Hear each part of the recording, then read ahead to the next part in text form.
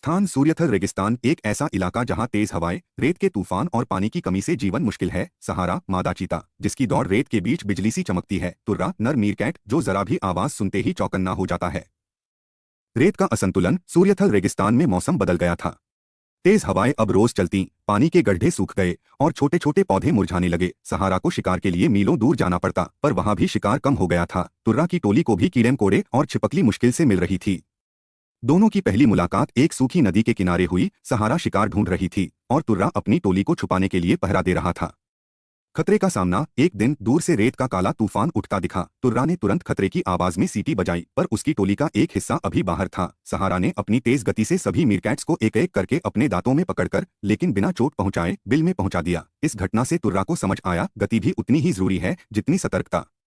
नई मुसीबत, रेत के तूफानों के बाद एक और समस्या आ गई। रेगिस्तानी शिकारी सियारों का झुंड। ये सियार न सिर्फ मीरकैट्स पर बल्कि सहारा के शिकार पर भी हमला करने लगे थे। तुर्रा ने देखा कि सियार हर रात उसी दिशा से आते हैं जहां एक सूखी झील है। वहीं पास एक गुप्त पानी का स्रोत भी है, जिसके बिना सहारा और तुर्रा दोनों का जीवित रहना मुश्किल था।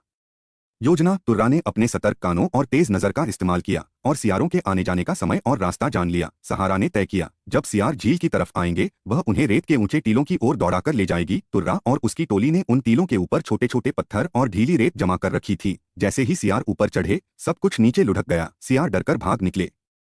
संतुलन की वापसी, कुछ हफ्तों में पानी के गड्ढों में फिर से थोड़ी नमी आई। पौधों ने हरी कोंपलें निकाली और छोटे जानवर वापस लौट आए। सहारा अब दूर तक भागने के बजाय पास के इलाके में ही शिकार पा लेती और तुर्रा की टोली सुरक्षित बिलों में रह सकती थी। दोनों ने समझा, जब गति और सतर्कता साथ हो तो बड़े से बड़ा संकट भी टल सकता है। रेगिस्तान फिर से सांस लेने लगा और रेत के रक्षक के नाम से सहारा और तुर्रा की जोड़ी पूरे सूर्यथल में मशहूर हो गई।